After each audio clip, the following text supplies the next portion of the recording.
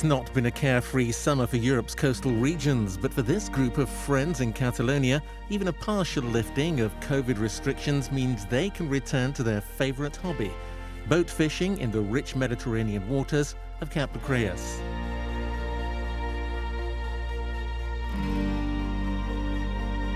What attracts the fishermen is the contact with nature. It's the thrill of a fish bite. You never know what you'll catch, what kind of picture you'll post on Instagram, Facebook, or other social networks. And then we often release the fish. No need to keep everything you catch. Around 9 million people in Europe fish for pleasure. Many small communities and poorer regions rely on this popular hobby that brings around 10.5 billion euros to Europe's coastal economies. But what price does the marine environment have to pay? Leisure fishers aren't generally allowed to use professional equipment, but they still impact on fish stocks. In Europe, hobbyists catch more pollock and as much Atlantic sea bass as commercial vessels. The EU restricts recreational fishing of depleted stocks such as eastern Baltic cod or Mediterranean bluefin tuna. But biologists say more research is needed as threats to vulnerable species with less commercial value are often overlooked. There are fewer and fewer traditional commercial fishermen and more recreational ones. So we found for some species, the amateur fishermen are catching as much as professional ones. These results seem quite shocking. To keep leisure fishing sustainable, the European Commission endorses recreational licenses, mobile catch reporting apps and other measures. Overfishing is a double threat to places relying on coastal tourism. Fishers choosing destinations like Rosas pour significant amounts of money into the local economy. Them coming here, renting an apartment, perhaps buying an apartment, having the possibility of renting or owning a boat, renting a mooring, bringing business to the shops that sell fishing equipment. But at the same time, we should be careful not to break the ecosystem.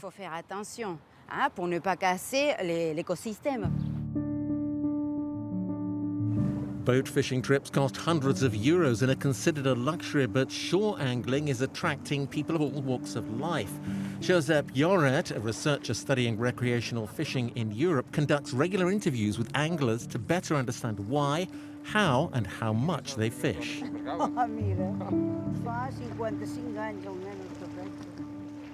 I come here a lot, and frankly speaking, I fish much more than most men.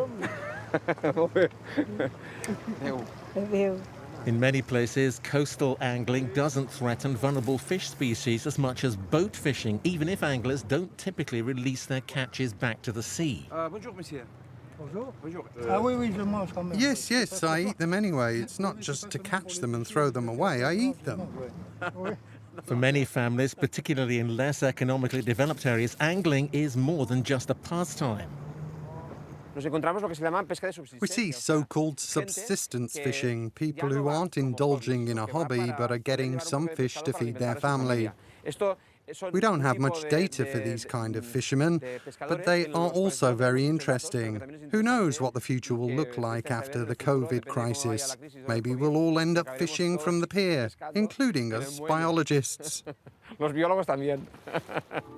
But what about professional fishers? Are they concerned by growing numbers of hobbyists? Traditional fishers are increasingly worried about having to share marine space and resources with much less regulated, less controlled and less experienced amateurs. We met with the president of local Fishermen's Guild, Jordi Folcara, as he shows tourists around the port of Yancha on a guided tour. He says control at sea is insufficient. There are few patrols, even in marine protected areas. Recreational fishers often lack basic knowledge or discipline, which leads to conflicts. There are those who know that we are professionals and respect us, respect our signs and our nets at sea. And then there are those who don't understand anything. They can just drop their anchors on our nets, and with those we do have conflicts. All we're asking for is a bit more surveillance. According to marine social scientist Sylvia Gomez, the conflict is rooted in diverging fishing philosophies and the fear of small-scale fishers to be pushed out of their traditional field by the lucrative amateur sector. This is seen as a threat by the traditional fishing community that culturally depends on a type of activity that constitutes its reason for being. In their opinion, they have some rights acquired by their historical relationship with the marine environment. Leisure fishers have to coexist with other sea users too, such as scuba divers. Boris Murka's family has been running a dive centre in Rozas for more than 20 years. Fishing is restricted at some of their diving spots, but allowed in others. Underwater, the difference can be very clear. Boris says leisure fishers often leave behind a trace of damaged coral and lost fishing gear. And one particularly controversial kind of recreational fishing, underwater spear hunting, targets larger fish that fascinate scuba divers the most. At the sites where spearfishing is allowed, fish hide the moment they see you. Even taking photos is almost impossible. Such sites have fewest species overall. For instance, there aren't any groupers, despite all the rocky habitats where they could thrive. For their part, spearfishers call for more intelligent regulation instead of outright bans. They explain that, unlike other fishers, they see the fish they hunt. This means they can select their targets to minimize environmental impact, as long as the regulation is clear.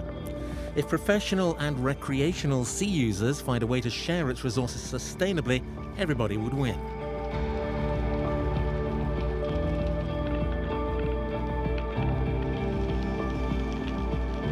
It's a matter of dialogue and understanding that the sea is their future, and our future as well. Recreational fishing, spearfishing, supports a whole industry that depends on selling spear guns, flippers and wetsuits. These people have the same rights as everybody else to earn their living at sea. So I believe that with more understanding, with the help of the government, we can come to an agreement. More in-depth research and better regulation will keep leisure fishing safe for the sea, good for the economy, and open to all.